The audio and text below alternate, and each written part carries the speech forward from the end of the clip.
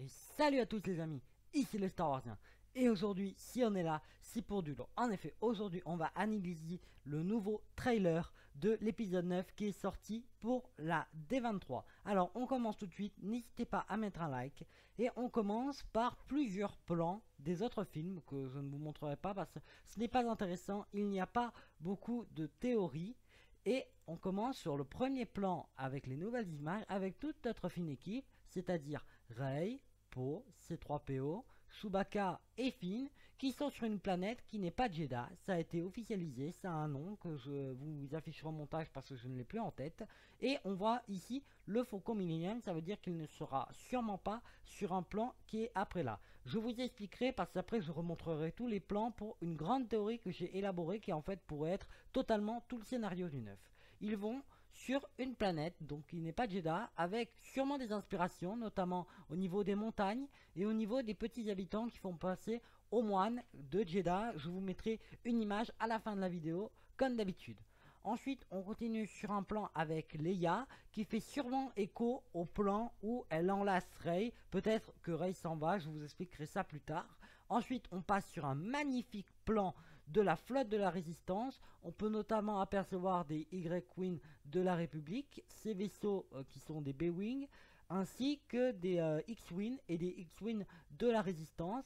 On peut voir ce vaisseau qui fait penser au Tantive 4, qui est le vaisseau des Organa. Je vous mettrai bien sûr une image à la fin de la vidéo, qui est le premier vaisseau qu'on voit de Star Wars, le vaisseau qui est dans le 4. Et ce vaisseau qui est ou un croiseur séparatiste, que je vous mettrai aussi en fin de vidéo, ou alors c'est le Faucon Millennium, parce qu'on sait qu'il va être légèrement redesigné dans le 9, même si personnellement je penche plus sur le croiseur séparatiste. Ce serait plus court étant donné qu'il y aura peut-être aussi un Venator.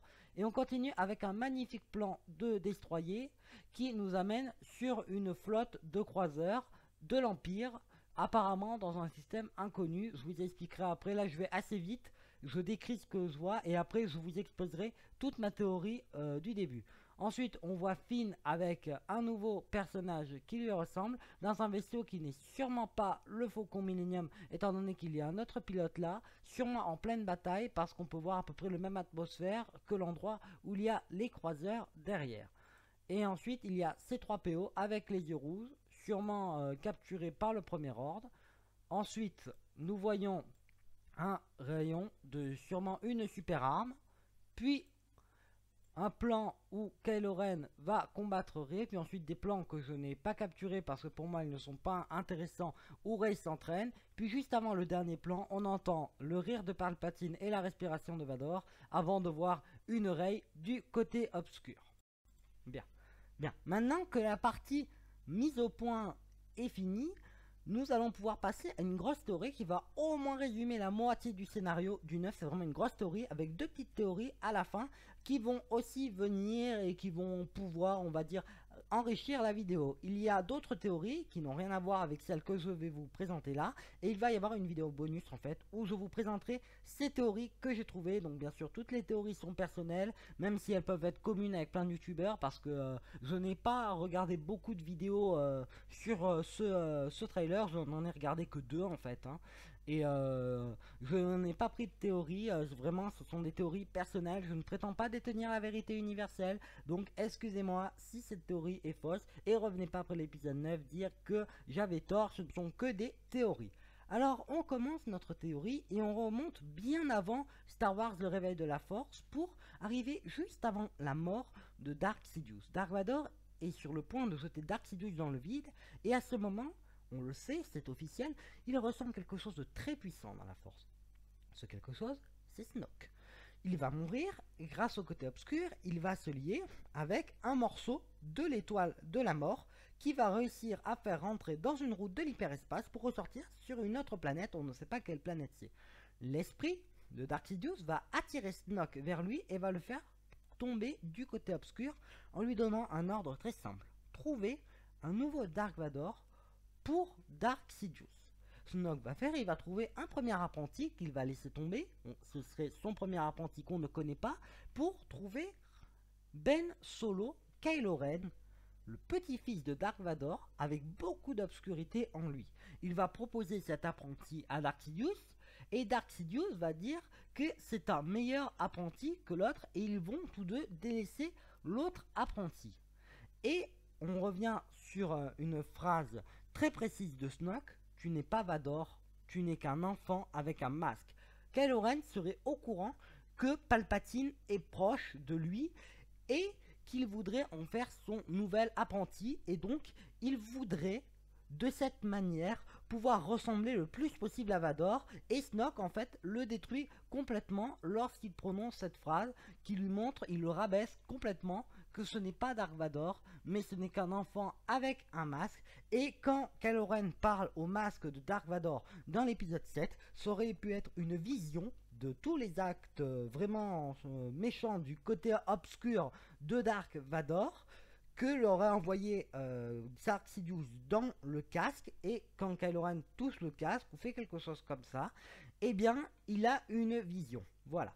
Et donc Kylo Ren va être attiré par Sidious, sachant qu'il ne connaissait pas son emplacement, et Dark Sidious va valider la phrase de Snoke et il va y avoir plusieurs visions. Kylo Ren va avoir plusieurs visions, notamment où Sidious lui dit: regarde, Rey ferait une bien meilleure apprentie que toi, en montrant une oreille du côté obscur que Dark Ren, ou Kylo Ren, même on peut pas dire Dark parce que ce n'est pas un Dark, mais Kylo Ren va devoir tuer pour prouver sa valeur auprès de Sidious. Et voilà, c'est la fin de cette grosse théorie qui était un peu plus longue que celle que je fais d'habitude. Et maintenant, on part sur deux autres petites théories. La première, ça va concerner les Chevaliers de Ren. Ça fait longtemps qu'on les attend, ceux-là. Presque maintenant 2 films qu'on veut les voir et on les voit pas. Pourquoi seraient-ils là? Quel serait leur rôle en fait? Parce que Palpatine, à la base, lui, il ne veut pas former tout un regroupement d'apprentis. Il veut former que Kylo Ren que vous voyez actuellement à l'écran. Alors pourquoi les Chevaliers de Ren? Eh bien, ça remonte quand Snoke aurait dû former Kylo Ren. Il lui a donné un ordre très précis: convertir Kylo Ren au côté obscur et en même temps faire un regroupement de apprentis qui pourraient être aussi bien des apprentis de Kylo Ren pour reformer l'ordre Sith. Mais Kylo Ren, on le sait, ne veut pas reformer l'ordre Sith. Alors que seraient devenus les Chevaliers de Ren? Ce serait tout simplement un groupe du côté obscur qui serait là pour après renverser le premier ordre et prendre la main sur la galaxie et la diriger grâce au côté obscur. Ce seraient en fait des serviteurs de Kylo Ren. Et les Sith Troopers, qu'est-ce qu'ils ont à voir là-dedans? Eh bien, dans ma théorie, Kylo Ren n'a pas toujours voulu détruire l'ordre Sith. Il n'a pas toujours voulu juste prôner l'obscurité sans être un Sith. Il voulait à la base rétablir l'ordre Sith, mais à cause d'un événement qu'on ne connaît pas, sûrement lié à l'initiation de Kylo Ren au côté obscur, eh bien ces Chevaliers de Ren ne vont plus être ses apprentis, et ces Sith Troopers ne vont plus être des troopers censés détruire ceux du premier ordre, et ne vont plus être des troopers qui sont là pour rétablir l'ordre Sith dans la galaxie. Et ces Sith Troopers, ils vont être reconvertis pour détruire tous les Sith, et notamment si Kylo Ren va à la rencontre de Palpatine, c'est pour le détruire avec ces Sith Troopers, mais Palpatine va réussir à maintenir son calme et à faire revenir l'envie de Kylo Ren de remonter le conseil Sith et tout ce qui est en rapport avec les Sith.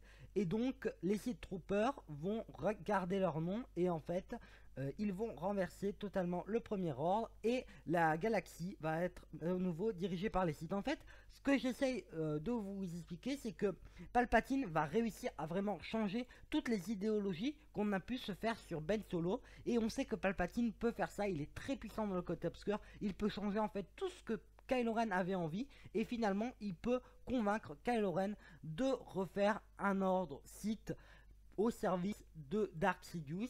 Puis après, vous connaissez le background, règle des deux, Dark Sidious meurt et un des Chevaliers de Ren devient les apprentis de Kylo Ren. Voilà. Alors, je vous résume rapidement ma théorie.